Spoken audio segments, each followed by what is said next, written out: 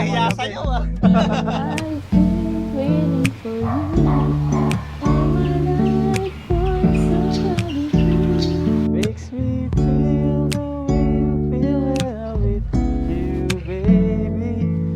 You've been waiting too, 'cause I've been waiting for you. 'Cause I've been waiting for you, waiting for you.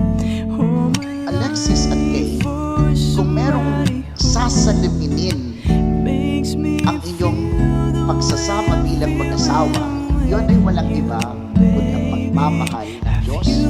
Yun ang pagmamahal ni Jesus sa atin.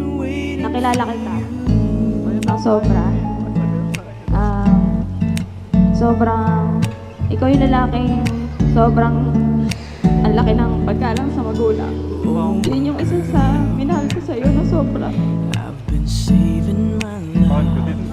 Sobrang bait mo at sobrang ano ng pasensya mo sa akin. Someday I will At higit sa lahat, sa loob ng 9 years, never mo akong pinagbuhatan ng kamay.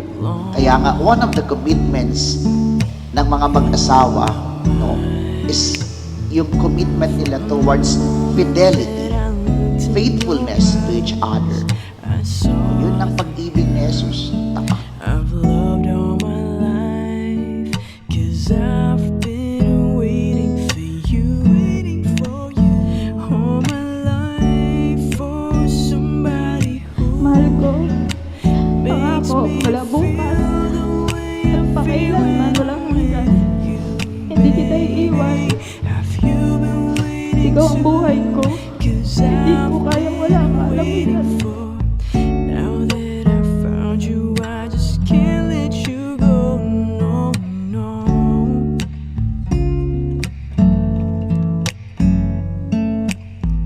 But there is one thing I want you to know. Kitty yarn. To, magagamit natin to sa mga gala-gala. I've been waiting for you. Mayaman. All my life.